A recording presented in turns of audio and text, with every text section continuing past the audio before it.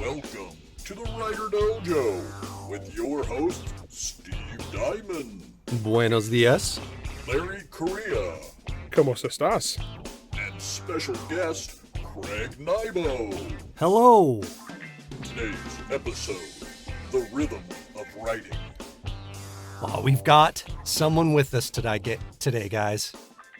Are you guys excited? I'm excited. So, we've started having some people come in and recording with us, and one of our first good friends came in, Dave Butler.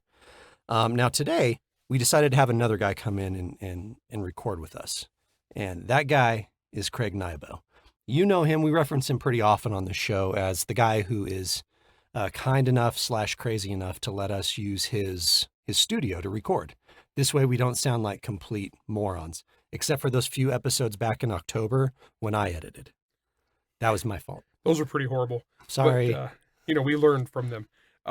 We learned that we appreciate Jack producing us. Yes. No, but Craig's help. We're here on his turf, and we're much appreciative. But Craig also, we've actually done some ads for him on the show. Craig is also a writer. Yeah. And has a pretty unique background. It ties into some other really interesting skill sets. And so I'm really excited to hear what he's got to say today. Yeah. So Craig, why don't you give people, when Dave Butler was on the show, we called it the Dave Butler Expose to start out. So kind of give us your brief intro, who you are, what you've done, what you do, because today we are going to talk about something pretty cool, and that's music in fiction. Okay, excellent. Well, first of all, thanks you guys for having me on the show. I really appreciate it. It truly is an honor. I am an author. I have 8 books out right now. I am a self-published author. My latest novel that's out is called Dead Girl. I think you guys have talked about it a little bit on the show. Yeah, for sure. Yep. So, and I am also a professional musician. I've done a lot of high-end professional work, including composition and production of large-scale events, usually in the industrial space, like for conventions and whatnot, were my clients. But along with that, I have a real passion for both. I have a passion for writing, and I have a passion for music. And I try to always be in the middle of creating something on both of those fronts. So I have music out and I have books out. Nice. Now, for the people out there who I know someone's going to be like, well, does he actually play any instruments? The answer, Craig, is Yes, I play several instruments, including the cross-cut saw. yeah, baby. Oh gosh, you and I were talking the other day, and there was an instrument that you were desperate to play at this one performance. What was it? It was the Okay, so that's a pretty good story. I had produced and composed a song for a convention, and this one was at the Utah State University. U of U. It was the U of U Stadium, and they're in Salt Lake City, and it was full. So it's like 40,000 people, and it was a song that I had composed, and it was for a company here locally, obviously a rich company. The stands were full. I wrote the song for the president of this company basically to come out and sing, and I had a cast of, it was over 60 people at this gig. It was enormous. So being the composer, I get to have my pick of which instrument that I wanted to play. I could be the guitar hero, I could play the piano, I could play the bass, whatever I wanted. Well, I picked an instrument called the cuica. Now, the cuica, I don't know, this has taken me way back, but if you've ever heard the theme song for the old show Beretta, it's highly featured in there. It's kind of a drum, but inside the drum there's a little stick. And you grab the stick with a damp towel and you kind of rub back and forth on the stick. And it sounds like a monkey. It's like, it sounds like that. So out of this huge rack of instruments, I was owning the cuica in front of 45,000 screaming fans who weren't nobody's like, oh, he's a great cuica player. We got to go check him out. There's like 6 people in the world who are like, dang. Like, yeah! The World Kuika Association reached out to you. To me, it was the absurdity of having that many people watch, and that's what I picked because I don't know. That's a power move. Oh yeah. Total power move. Yeah. And I actually did some research on the Kuika. I watched some YouTube videos, and I'm telling you, there's some pretty good Kuika players out there.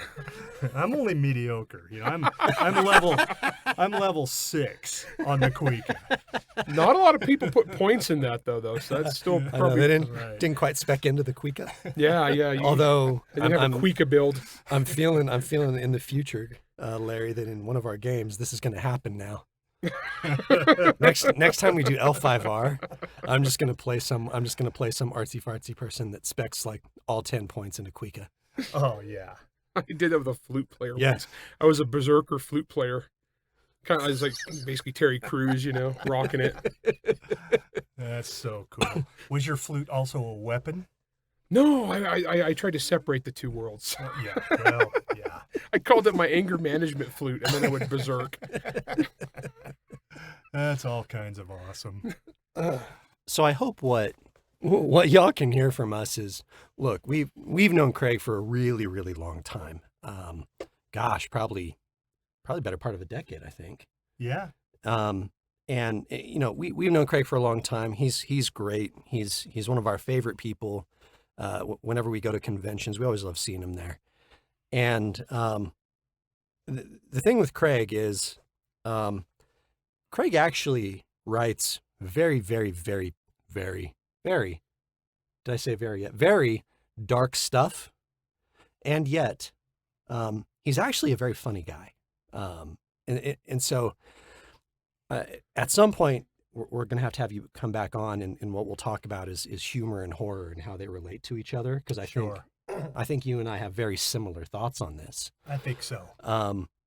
But for today, what we want to talk about is music and writing. Now, you're a writer, obviously. We've talked about your Kuika expertise and all the other instruments as well. I actually first met you and saw you playing instruments. You were playing bass. Right. That's my primary axe. Mm-hmm. So I guess my first thoughts here are there are a lot of people out there to whom music is extremely important, whether just in terms of they just love music, or they happen to be musicians themselves, and creative people are creative people, and they like to do all the things. So for a new author or an existing author, I guess, because, man, I don't know about you guys, but I've seen so many people try to implement musicality or music themes or stuff like that in their fiction. And for the most part, it kind of sucks. Yeah, I've seen I think I've seen it done poorly more than I've seen it done well. Oh, for sure. You see like some musical-based magic systems that you're like, this probably sounded really super cool in your head, but the way you're conveying this on the page. Yeah. So what I'm wondering, Craig, is how can someone take their love or their passion for music, and what are some of the earlier steps or the first things they should really think about before trying to implement that into what they like to write? Well, it's kind of interesting. Larry brings up a music-based magic system, and I'm just going to draft off from that for a second. Sure, yeah. Because any magic system should have logic at its root. You got to have logic, and you have to have a set of rules in order to do the right things in order for that spell to come off correctly and not kill you. Music, if you study music, even to a small level, you'll soon learn that there is tons of order in music. There's something that we refer to as music theory, and everybody is up to date on, or at least has heard the term music theory. Mm-hmm. But if you start looking at music theory, you're going to see a stringent set of rules that can be controlled with math. So if I were going to make a magic system based on music, I would actually draw on the logic of music, and I would explain it in those terms. And I think you could pull that off. I think you could pull that off rather well. So I think you start with a study of music theory at its base. Do you think, how important is it if we have people out there who would like to implement music into their stuff who aren't themselves musicians? Well, I think a lot of music is the culture of music, the culture of who you're dealing with and your characters. And I think a lot of people can just do it, right? Like I'm a musician for sure, but I'm not a musical snob. And I see all kinds of cultures out there, all kinds of different people who compose music. Music affects different creative people in different ways. Some people are defined by music, and some people are musical hobbyists. And I think some people are musical snobs. And these are all aspects of character that I think you can roll into your story. Nice. Yeah, I like that a lot. Yeah, we've actually talked about on the show a lot about if you are writing about a subject that you aren't an expert on, the best person to have be the point of view protagonist for that scene, or the point of view character for that scene, is the person that knows the least about it. That way you don't have to get it right, because they wouldn't necessarily get it right. That's excellent. Like you can have your super musician in your story say, yeah, you wouldn't understand, to whoever's voice that you're writing from. So yeah, you could do it that way. So I would say, I mean, everybody has their own experience with music. They have their rock and roll heroes out there. They have their jazzers. All these guys have kind of different stereotypes. So you can go out there and just look at the culture of these guys and instill that into your characters. Okay, now what about? I know that I know there's someone out there, or several someones who are saying, "Well, gosh, I'm a big Tolkien fan, which most of us are. I'm a big Tolkien fan. Like, what about all that time he spent with like the poems that are basically meant to be songs in front of the chapters, and they go on for pages and pages and pages. Like, is there a validity there? How can look, me personally, I skip that crap. I just don't care. And I love music. I mean, I have to find a music playlist that fits the theme of the story that I'm writing in order to write effectively, Steve goes to about 15 concerts a year. I go to a lot. Yeah. In fact, I have one in like 2 days. It's Bieber, right? You're going to see. Yes. Yes. Justin Bieber. The Bieber Hannah Montana Yes. one? Yes, Oh, yes, good for that's you, me. Steve. Yep. I'm a big fan. He's a huge Bieber fan. Yeah, me and then it's followed up by a doubleheader of K-pop. But so when it comes to that stuff, I tend to kind of skip it. I don't know. Do you do the same thing? Well, my philosophy of writing, and in my opinion, and I can only speak to this subjectively, but if it's in your book and it has nothing to do with your story, then you need to use my favorite key, which is the delete key. You got to get it out. Oh, I some music puns there, baby. I didn't even mean that. Thank you. Yes. But That's what I'm here yeah, nobody cares about your poem. I can only say that I don't care about your poem. So if you're putting your poem in there, no matter how beautifully written it is, unless it summons a demon, or unless the words are going to be important later on, or unless they resolve something that you've already opened, I am out. I'm just going to keep on going because I don't care about that stuff. Yeah, I think if you got a writer who's talented in that respect, like so Pat Tracy, if Pat Tracy wants to stick some poetry into a sci-fi or fantasy story, it's going to be awesome.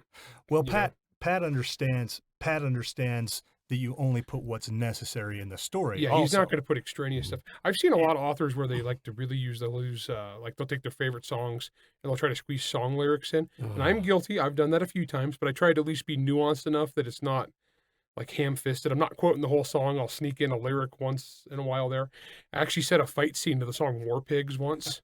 I was really proud of that. That one came out really good, Yeah, that's cool. But I was chill about it. I wasn't, bashing you over the head. It was just playing in the background, and the main character who's beating people up loves the song. So I think it's one of those, you got to be careful and nuanced and not just be, I love this thing, so I'm going to beat the reader over the head with it. Yeah, don't ever do that. Don't ever do that. Don't show off. Don't show off. So we're going to take a quick break. And when we come back, we're going to continue this conversation. And then we're going to I have a couple more questions, and then we're going to move into kind of a thing where Craig and I had this weird experience at a con a little while ago. where it was kind of some advice that Craig was given, and this was like for musicians who understand music. And I thought it was really, really cool. So we're going to get into that right when we come back. A half-century-old curse lies over the small community of Bridgewater ever since Sarah Chase died in a car accident during a teen angst-driven game of chicken back in 1962. She perished in the back seat of a 1961 Impala, accompanied by a group of boys who called themselves the Big Four. She screamed as the car careened through a guardrail and plunged into the icy river water beneath. The 4 boys survived. Sarah did not. Teenagers still race and party at the Milvian Bridge where Sarah's car went over, especially on the anniversary of her death, in hopes of catching a glimpse of her unsettled ghost. But the partying teenagers of Bridgewater don't know that in life Sarah belonged to a group of teenage girls who practiced witchcraft. They don't know that Sarah seeks to use her powers from the grave to avenge her unrequited vendetta. They don't know that Stan Corliss, the driver of the Impala that terrible night and the unpronounced protector of Bridgewater, has passed away, freeing Sarah to unleash her anger. Dead Girl by Craig Nybo is available on Amazon and is free for Kindle Unlimited subscribers. Pick up your copy today. And we're back. Thanks for coming back with us, hopefully. If for some reason you're not here, well, I mean, you don't care what I'm saying right now, so screw you. That's Schrodinger's podcast. That's right. All right, so again, if for some reason you missed it in the first half, we're joined here by Craig Nybo, one of our good friends, musician, author, and we're talking about implementing music into your fiction. So before the break, we were talking about kind of the poems and the stuff like that, and Craig, you made some really great points talking about, first of all, using music in terms of like character and stuff like that, using that to help build your characters. And then secondly, kind of the old kind of sort of rule that we have, and that's, look, if it's not relevant to your plot or to your characters, then why is it there? So, all that said, I know there's people out there that are going to be like, hey, look, I think that I want to and can implement some music stuff. Maybe, like you said earlier, Craig, like maybe there's a song that summons a demon in it, and that's an important part of the story later. Or something like Clockwork Angels with Kevin Sure. Anderson, where he literally teams up with Rush. I mean, come on, man. And it's a musical book. Yeah. So for those people, say little orphan Steve comes up to you and is like, Mr. Craig, I'd really like to learn how to write lyrics and stuff and put them in my fiction. What kind of advice can you give to orphan Steve? Okay, well, I spoke closer to the top of the episode about finding order in music. Mm-hmm. I'm speaking to novices or I'm speaking to musicians here? Let's start with novices. Okay. So the first thing I would say is try to find order in the art. Okay. And a few specific things, because I want to give you specific things, Sure. right? I'm going to say, look at something called the circle of fifths. So you can look it up. So the circle of fifths is a progression of, in music, we call them key signatures. That's how many sharps or flats are in a key, right? So look for order in that and maybe find patterns that you can work into your magic system or into your character. Okay, for example, we all know, you've heard the major scale, whether you know it or not. Do, re, mi, fa, sol, la, ti, do, right? You've heard that. But if you start on a different note in that scale, you're going to have a different sound. Like I have do, re, mi, fa, sol, la, ti, do. If I start on the sixth element, I'm counting to 7 there, I get a minor key, right? So there's a minor key hidden in every major key if you just start from a different note. And then you get even further into it, you can discover that there are 3 minor keys within each major key, only by starting on a different note within that old, major scale. So I would look for those kinds of patterns, and maybe use that. Try to find order in music. Start with some of the tools, and these are just basics. If you look up circle of fifths and scales and scale modes, it's immediately going to pique your interest if you're interested in this kind of thing. And immediately you're going to have some ideas. And also immediately you're going to sound like you know what you're talking about when you reference something like that. Yeah, I like that. I like the idea of, I mean, oh gosh, there was you and I talk about this all the time, Larry, when it comes to, and this is just research in general, right?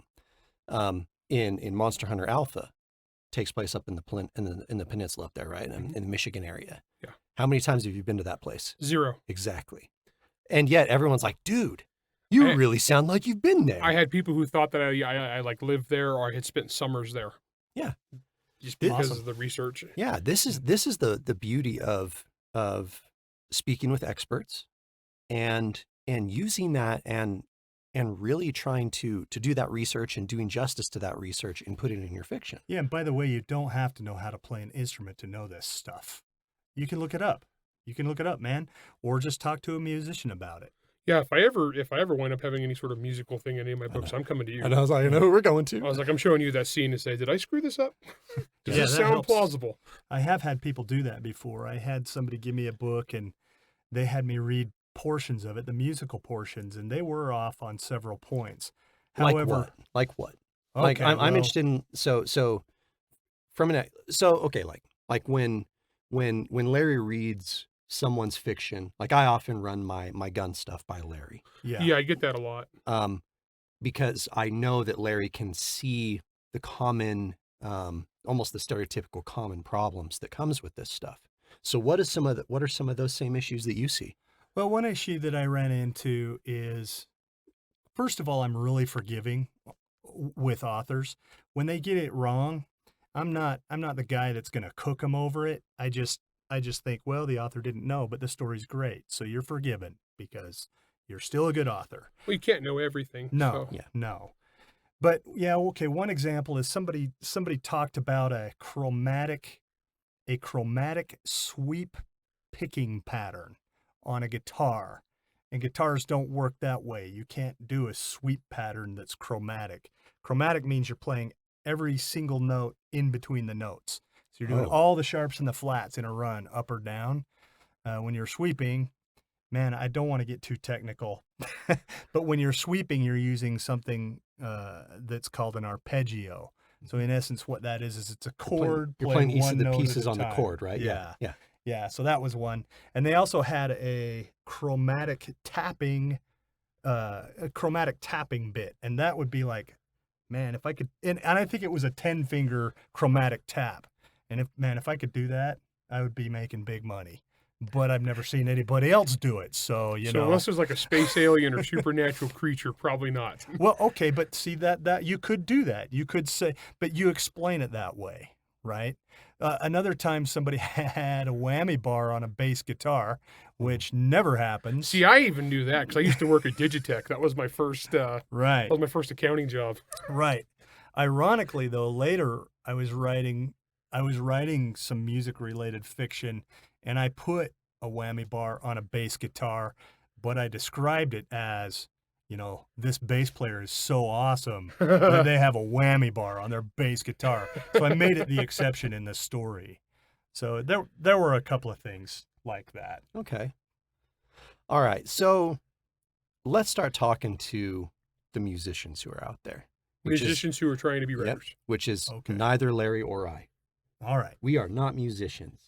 Okay. I'm terrible. And I can't even play one on TV, sort of a thing, right? All right. Like, okay, there are musicians out there who really want to transition into writing. Again, creativity breeds creativity. Larry and I talk about this all the time. Is there any sort of, I guess, way to speak to musicians and kind of talk about like, look, just like, think about it this way. Maybe this will help you understand the way you can construct a story in terms of comparing it to how you are constructing music. Okay. I can do that. First of all, I'm with you on that creativity breeds creativity thing. Oh, yeah. If you're coming up with ideas and working on things, you can't stop the ideas from flowing into your mind, no matter how much you want to. But also, different forms of creativity definitely overlap. And music overlaps with fiction in some form.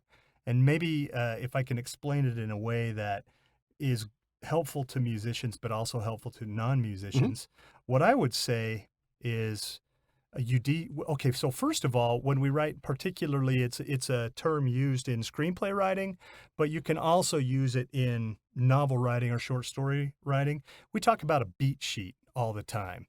Beat is a musical term. So already right there, you're talking about a beat. You're talking about a rhythm in your writing. And your writing does need to have a rhythm.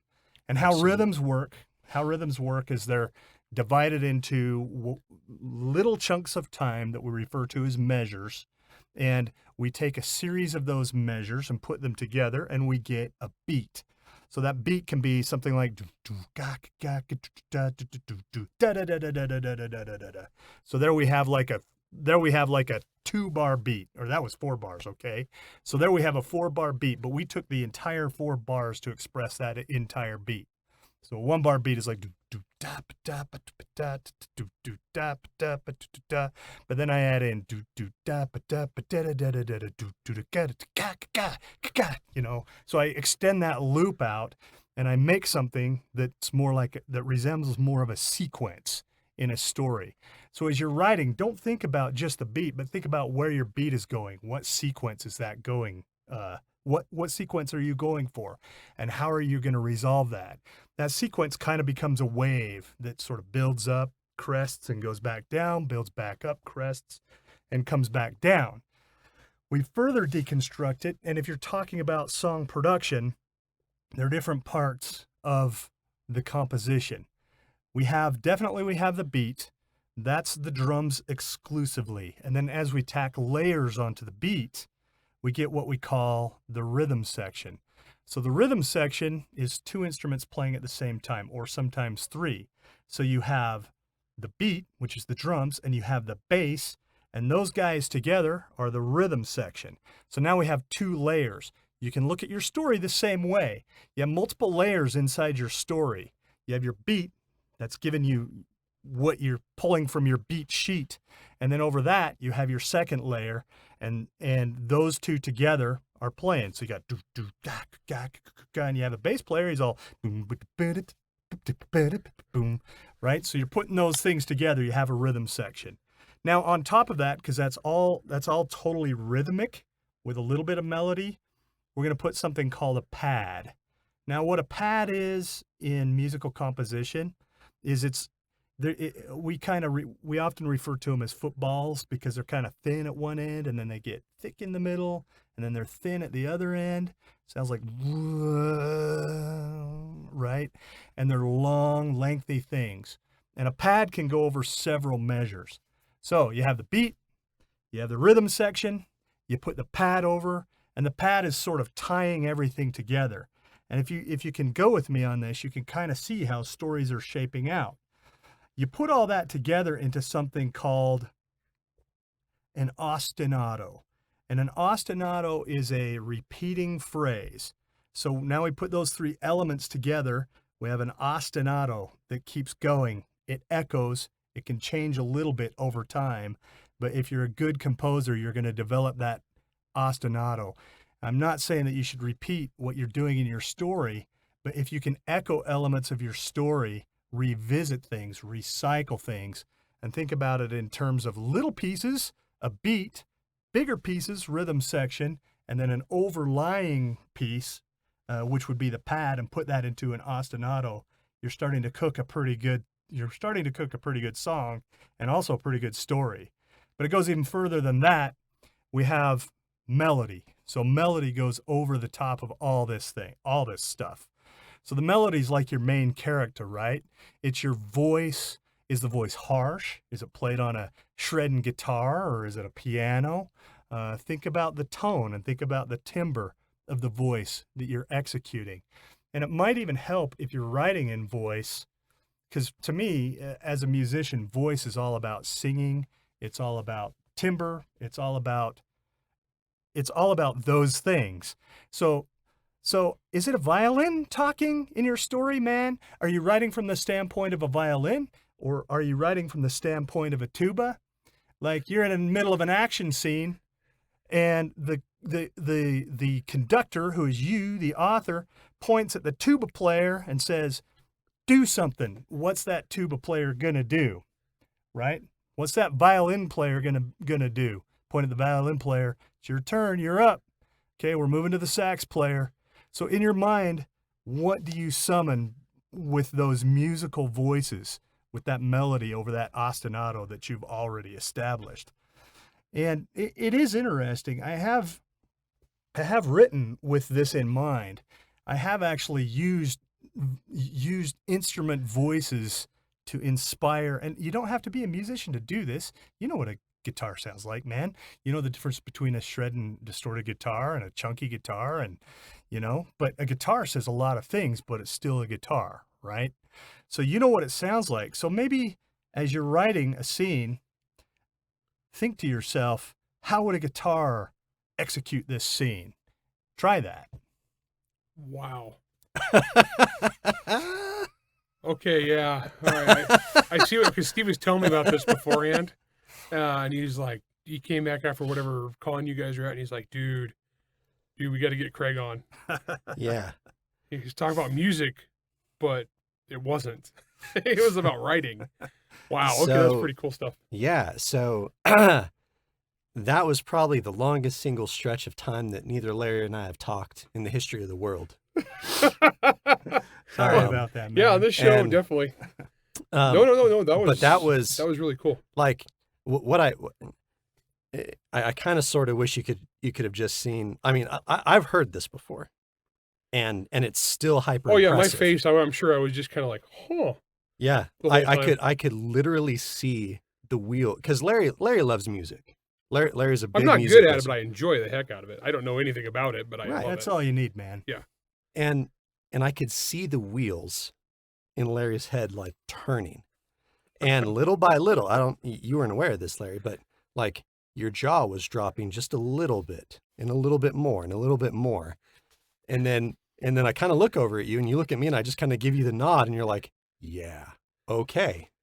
Okay, that's pretty cool. I'm actually looking forward to this episode airing. That way I can listen to that again. It's a lot. This is actually really interesting. But that's super cool, guys. Like, I hope you see why I was so jazzed, no pun intended, to have Craig on the show, right? Because the way we're always looking for different ways and different angles with which you can tackle your approach to writing fiction. Oh yeah, we've talked about this show a bunch of times. There's no one right way to do this, and there's so many successful authors that come at this from different directions. Oh yeah, this is the first time I've heard somebody like using a musical analogy, basically, of like how you build a song versus how you build a story. And it's interesting because the beats, what you said during the beats, mirrors. We had a episode about pacing. Yeah. And one of the things I talked about the pacing was taking it up, taking it down, taking it up, and so you're not always on the same level, because if you're always on the same level, it becomes boring. And the analogy I use are like you watch an action movie where it's just explosion, explosion, explosion, and you get to the point where you're tired of explosions. I mean, it's the same thing as a song. If you have a song that just drones forever and doesn't go up, doesn't go down, you get bored. Doesn't matter how great that one section is, you get tired of it. That's true. And I think that's it. When you said that, I was like, yeah, we literally just talked about that a few episodes ago. But the cool thing is, I mean, look, we have quite a few listeners now, and they're from all different walks of life and all different life experiences and stuff. And so they come at this from so many different ways. And so what I really, really hope, I know there's some musicians who are listening to this and maybe they're having trouble, because at some point, everyone has trouble with their writing. It's just a fact. I hope that just maybe they can hear what Craig just said, all that, he was just spitting wisdom there for a minute, and they can hear that and go, okay, yeah, like that's all it takes, guys. That's all it takes. That's definitely interesting, because I think also, because we didn't mention this at the beginning, but the the theme song here when we leave in a minute will be Word Mercenaries. Yeah, by Yeah, our buddy right here, by Craig Nybo. It tells a story. Oh, it does. Okay, Yes. so we're almost out of time, but I know that that you just started a podcast, right, Craig? That's right. If you'll indulge me, I Oh, wouldn't please. mind. Okay. Yeah, tell us all about I it. appreciate This that. is some cool stuff, guys. This is pretty new. It's called Craig Nybo's Terrifying Lies podcast, and it is a little bit of commentary and a lot of fiction. Sometimes serialized, sometimes one-offs. So occasionally you'll have one that goes 2 or 3 episodes. Currently it's bi-weekly, which means every 2 weeks. Good, because I don't understand that term at all. And we're accountants. That actually got confusing at times Yeah. because people use it both ways. So every first and third Friday at high noon, you can listen to it. And then I'm planning on doing a special episode that I'm going to release at midnight on the night of the full moon. So it'll be kind of different. But yeah, it's short stories. I'm reading them, but I'm doing there's a lot of production value going on. There's sound effects, music, and then I end every episode with an original song. Oh, So there's a little bit of commentary, and I was hesitant about doing this in the show. Steve actually encouraged me to talk about the stories a little bit and sort of where the stories come from, or an interesting fact about the stories. I tend to do a lot of research and base the stories in something. Steve's laughing because I know. sometimes I over-research things. Right No. now, Craig is going down the hole of madness on a certain research topic that I am. that we're not going to tell you about quite yet. oh, we've been there. Yeah. We actually talked about that was a couple episodes ago with Dave Butler talking Yeah. about you going down the research rabbit hole. Yeah, Which is So- great as long as you don't show your research in your yeah. writing. Dave basically taught himself ancient Egyptian to write a sci-fi novel. Oh, that's so Dave Butler. That's so Dave Butler, Yeah. man. So, what kind of stories are we talking about, Craig? Okay, it's pretty dark stuff, as Steve said So earlier. Tuesday for me. Yeah, so Tuesday for Steve. My stuff tends to range from dark to comedy. I write a lot of comedy as well, and I intermix those two things quite often. But yeah, there are things in there that are definitely going to be dark subjects. So if you're not into that, which I will understand, then it might not be for you, but listen to it anyway. There's a lot of people out there who through this podcast and then through Servants of War have really been they've been exposed to my writing for kind of the first time. Mhm. And there's a lot of them that are like, dang, this is dark, but this is really good. Like Right. for you guys, this stuff of Craig, this is your stuff. Yeah, so if you're simpatico with Steve, yeah, you got to check this out. So And everyone should be simpatico with Steve. it was Craig Nybo's what? Terrifying Lies. Very cool. Very cool. All right, everybody. That's all the time we have for you today. Craig, thank you so much for coming and for spouting wisdom for us. That was freaking awesome. Well, thanks for having me. It is truly an honor. All right, that's all the time we have. Everybody, get ready for the Word Mercenary song by Craig Nybo. We'll see you on the next one. WriterDojo is Steve Diamond and Larry Correia. Produced by Jack Wilder and Bear and Hare Studios. Theme song, Word Mercenaries by Craig Nybo. New episodes come out every Wednesday wherever you stream your content. If you enjoyed this podcast, you can help support us by going to anchor.fm/WriterDojo, by leaving a 5-star rating and review, and by helping to spread the word. To advertise on the Writer Dojo, email ads@writerdojo.com. All questions and comments can be emailed to questions@writerdojo.com. Nobody's like, oh, he's a great Kuika player. We got to go check him out.